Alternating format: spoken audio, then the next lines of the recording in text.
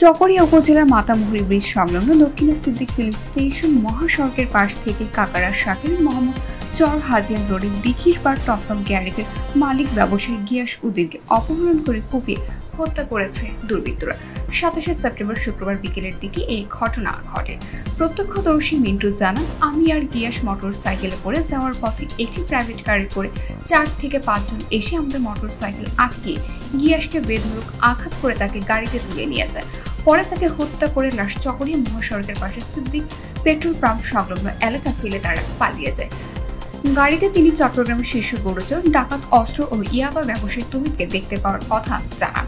পরিবারের লোকজন জানান, কিছুদিন ধরে জায়গা জমি নিয়ে বিরোধ চলে আসছিল নিহত গিয়াস উদ্দিনের সাথে তৌহিদের।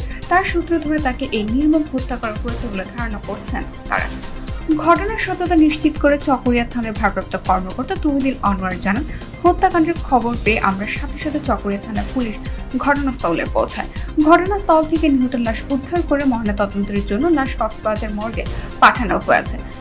ঘটনা তৌহিদ নামে এক সন্ত্রাসী জড়িত থাকার বিষয়টি জানতে পেরেছি। তাকে দ্রুত গ্রেফতারে আমরা আপনার চেষ্টা চালাচ্ছি। ওর নাম কি? আচ্ছা, এই ঘটনার সম্বন্ধে কি জানা কেন হনছে? অল্প সময় বলতে বলতে আর গাড়ি লইয়ে নে যায় মোটরসাইকেল যাই তোমাদের প্রাইভেট গাড়ি ধরিয়ে নে সিবি ধরিয়ে সাপ দিয়ে ধরিয়ে গিয়ে আসবে মানে 4-5 জনের মাঝে পুলিশ আছে আর মারিয়ে প্রাইভেট গাড়ির মধ্যে হনস আছে দে তহিদ বলতে হন তহিদের গাড়ি মানে জিবে যার গাড়ি জাল লই ফেললো কেন আর তো মামলা আছে। জি জি, এই বিষয় গেল মানে তহিদের সিন্ডন। জি সিন্ডন।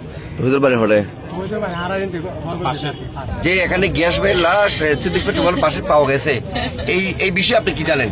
এই বিষয়ে আমি যতটুকু জানি, উনি মোটরসাইকেল নিয়ে চকরিয়া থেকে বাড়িতে যাচ্ছিল, তখন ওখানে আপনার ওনাকে অ্যাটাক করা হয়, মাথায় আঘাত করে একটা কারে করে নিয়ে যাবো। ওনার সাথে যে ছিল উনি সব দেখছে, আপনার বিস্তারিত ওনার থেকে জানতে পারবেন। পরে আমরা ফজরের সময় জানতে পারি